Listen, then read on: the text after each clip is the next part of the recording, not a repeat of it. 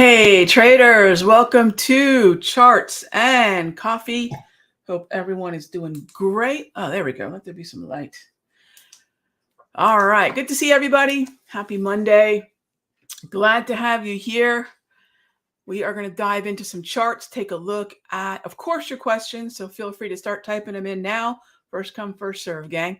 And we're going to take a look at what it is we're inheriting here this morning. A couple cool things from over the weekend. And these were conversations that I had over on a couple spaces sessions and some really cool, it's amazing all the things that we keep in our mind. The whole point is to be able to recollect them with really good timing. And that's where it's good to have conversations with other traders like we do in the rooms, like we do here in Charts and Coffee. And one of them is taking a look at XLU and XLP and looking at their general yields. What kind of percentage are they paying? What could someone who's long staples and utilities benefit from in terms of being in that versus being, say, in the 10-year where the yield is pushing 4%? Now, some of you might remember it, and I think it's a general consensus that when yields can exceed, say, the percentage yield of what you would get owning staples, what you would get owning Coke, what you would get owning, say, Altria or utilities, when the 10-year yield can exceed that, well, now we've got a horse race. Now we've got a choice to be made, which is notes or stocks, these particular stocks. And that's where, by the way, dividend king stocks. That's where aristocrat stocks, these dividends, that percentage you get just for owning the thing, start to come into play. David Tepper probably popularized the notion that 4% is this magical level where after 4% yield, now there could be a negative or upside down, right? So an inverse or negative correlation between people wanting to own, say, staples and utilities and wanting to own notes. Something to think about in terms of the downtrends that are happening in the 10-year and in the 30. All right, so that was probably the big takeaway, over conversations on flow. Flow is attention, gang, right? I actually was doing a seminar this weekend, all day Saturday and all day Sunday. But some of you might have read his books, Rise of Superman, Art of the Impossible, Stephen Kotler. And what it means to be in flow, what flow means to memory, what flow means to cognition, and just overall performance. Well, that's one kind of flow. The other kind of flow, that the world that we live in, is where is the attention and the flow of volume, the flow of money. And those are things that we want to think about. And that's one conversation, this one about yields and staples and utilities. That's one conversation about flow. And I think it's worth keeping in mind. Okay, gang. Other than that, let's jump into the calendar. If you watch the Sunday show, our Raghee report, I talked about the Empire State Manufacturing Index, and we have a couple other hot zones this week, Philly Fed, that are worth watching. Not nearly as active as the kind of things we saw last week. We're going to still have the Bank of England gilt. And their bonds, right? Bank of England, their bonds, and what the Bank of England is doing about calming yields down over there. Still, we're getting a lot of, I'm just kind of watching that ongoing saga, and what a saga it's been. Can the pound start to regain any strength against the US dollar? Which, by the way, why do we care about that? That would temper the US dollar strength. Okay, I see the questions coming in, so let's get to it. All right. And first up is, bear with me. Good morning. Good morning. All right. Hey there, Robert. Do I think XLP looks like a good candidate for a short entry today?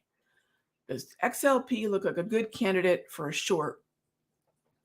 I would prefer not to be short XLP. In fact, Robert, this is where, and it's okay to think about, it's actually excellent to think about time horizon and time frame.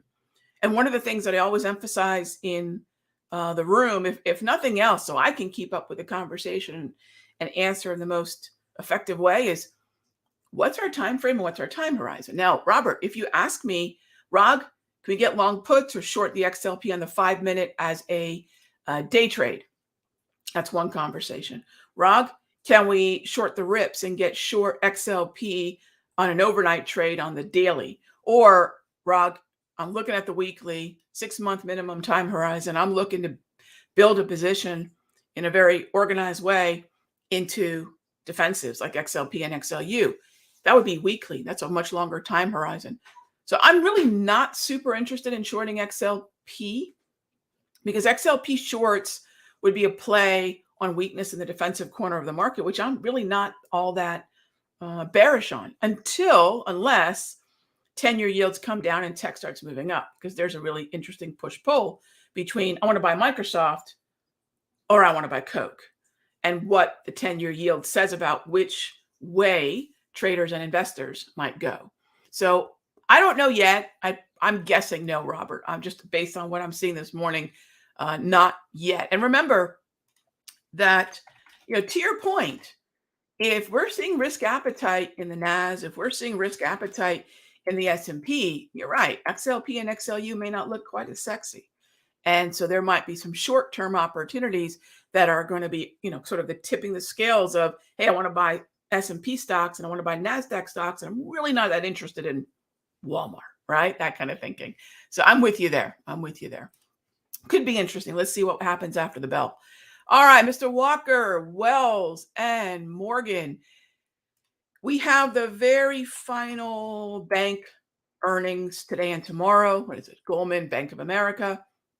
That'll complete this financials release. So the season for financials will be done at that point. Do I like the idea of puts? Wells, that's interesting. Choppy market, retesting the 200. Let's presume, Mr. Walker, that we're going to see a similar type behavior near the 200. Let's also take a look at this. I'm going to highlight something.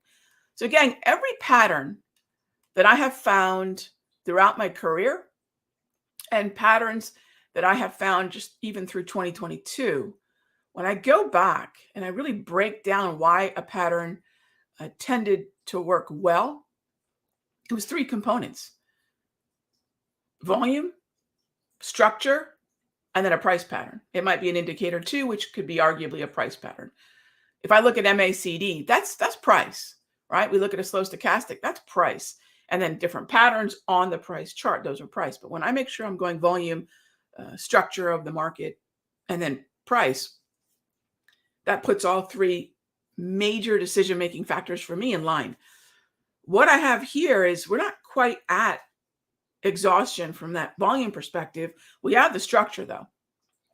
So it's interesting on Wells, but not something I'll necessarily be ready to do yet. Morgan looks a lot better.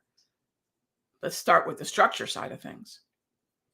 Do we have a downtrend on Morgan versus Wells? And for those of you that aren't sure, Rog, where are you even determining that? The second row of colors at the bottom of my chart. Yellow for Wells. And here we go. See right here, red for Morgan. So if you're looking for puts, short the rip, on Morgan. All right, next up, hey there, Vicky. Could I repeat the book I recommended last week and the author? Oh gosh, the 2 that I think I mentioned. Oh, Quit, Annie Duke, Annie Duke, as in Duke and Duchess, Duke. Quit, really good. And then the other one I'm really digging right now is Stolen Focus from Johan Hari. That one's really good too, but that's a little bit more a study of dopamine, which, by the way, dopamine and trading, it exists. It's definitely a thing to keep an eye on. And then you have Quit. Quit is probably when traders come to me and say, Rog, I'm having a really hard time with obeying my stop. I'm having a really hard time walking away from the trade. Even I'm really having a hard time acknowledging a winner. All those things have one thing in common. You have to some degree, quit, which has become a four-letter word. It's really not. You have to learn to quit that trade to some degree, or quit a handful of contracts, if you will. So quit, if we kind of get past the psychological baggage of the word, stopping doing something. Quit. Yeah, loving that. I'm on my fourth read of that one. And then again, you all know, I think Annie Duke's work is just so applicable to traders in a way that even some trading books are not able to describe. So her 3 books, the trilogy for traders in my mind, start with thinking in bets, move on to how to decide, and then absolutely quit. And if you want to start with quit, going backwards might be a cool thing to do too. All right, there you go. Vicki, thank you for the question. You know I love talking about books. I'll do that all day. All right. Of course, my pleasure. My pleasure. All right, let's move on to. All right, let's see here. I have to work more. Hey there, Vicki. I have to work more. You're not alone. I have to work more and more on the psych side of trading. Gang, there is something that one of my mentors had told me a long time ago. Quit stolen focus. Oh, no. So stolen focus is different. Quit how to decide, thinking in bets.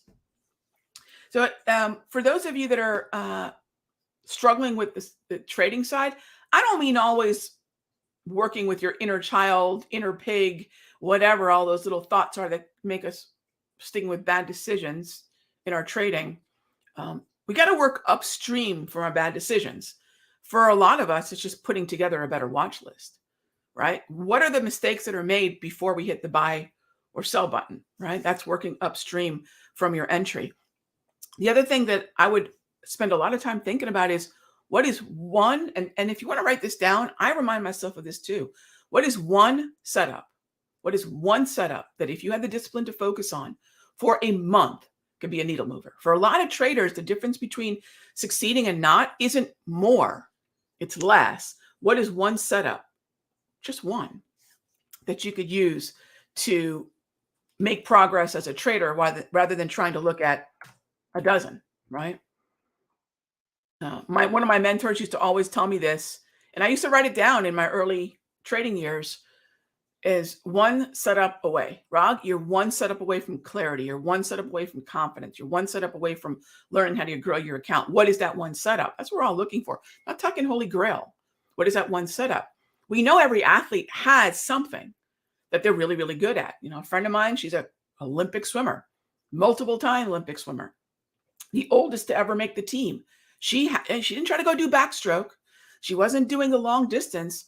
She was splash and dash, right? She was that very quick freestyle splash and dash race. That's what she specialized in. I think we need to think about what is our move as an athlete? What's that thing we can do really well consistently? Lisa says, love stolen focus. Oh, fantastic. Right, Lisa? Awesome. LMT. How you doing, Kelvin? LMT. Lockheed Martin. Kelvin, let's think about the process, right? Now, I'm going to presume you've chosen Lockheed for a reason other than its proximity to earnings, perhaps because it's choppy and might be getting down towards a level of support. That's what I see. Let me show you how we do this. Non-trending. This is huge to remember. Non-trending market, right? We can see that right down there. So this is non-trending down in here. We have a couple cool support levels to look at. We have an earnings event that could add a lot of that volatility, right? We'll keep that in mind as well, of course. Yeah. And then the other thing that I would look at, well, volume. Do we have any volume levels that make sense to keep an eye on? Volume has a pattern, gang. Price has a pattern. Volume has a pattern. Volatility has a pattern. Time has a pattern. Are we as traders looking at patterns in all four of the factors that can move a market? Time is a factor, both in a calendar and clock. Volume is a factor. We know this, not just time-based volume or date-based volume, but price-based volume, right? Those of you that are using, say, volume profile or VWAPs, you know this. Volatility, any of you that are using my hourly price movement range, probably one of the most favorite tools that I've cooked up in my career. You know that even volatility has a pattern, the way that it expands and contracts, and not just the distance between support and resistance, but the distance between the volatility itself, the zones, right? And then price too. So are we thinking about all the patterns? And the pattern that's coming to mind here, Kelvin, we got a nice volume pattern holding on that LMT. We got a reason for a catalyst to the downside. So now we have a reason perhaps for moving down to that zone. And then I would prefer, this is just me, this is never a matter of this is the only way to do it. This is just the way that I do it. I do not like to enter a trade this close to earnings, because as a directional debit trader, I know that my advantage, my edge, diminishes inside of 2 weeks because the implied volatility goes up, and it favors traders who sell premium this close to earnings. That's not going to be me, and which is fine. I need to know where I have an advantage sort of on the field, right? So I'd rather wait until we get the event, and then we'll take advantage of it, and I'll recheck all those patterns once again. So I hope that makes sense. Calvin, that's what I would look to do on LMT in this neutral environment, all right? Vicky says, mine is to make one trade, win or lose, and move on, as I'm prone to overtrading. Yeah, Vicky, the overtrading, we talked about the Johann Hari book, The Stolen Focus. Dopamine is a thing, gang. Dopamine is, in terms of some of what chemically, not that I'm trying to find a scapegoat here, but chemically, yeah, dopamine can definitely be a factor for overtrading. One of the things that a lot of traders say, Rog, I'll meet someone at an expo, or we have an upcoming mentorship in Austin, and people say, I'm having trouble with my trades. What should I do? It's a big question, but I will tell you this.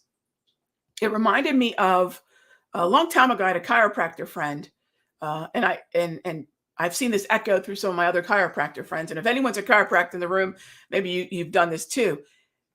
They'd get a new client, and they'd see, especially for men, they put the wallet in one of the back pockets, and essentially, she said, take your wallet out of your back pocket when you're sitting down. And then she said, I'd never see them again. Sometimes it's just that simple a fix.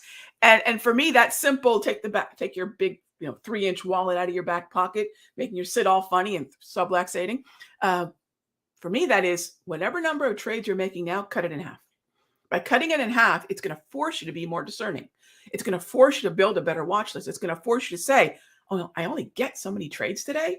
This one better be worth it because it's taking up one of my allowed trades.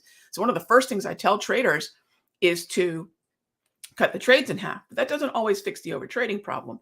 Vicky, the only way I know to fix that is the same thing they tell us on day one of a nutritional shift. Throw the junk food away. Don't make it available. For us, disconnect the mouse, disconnect the keyboard, turn the computer off.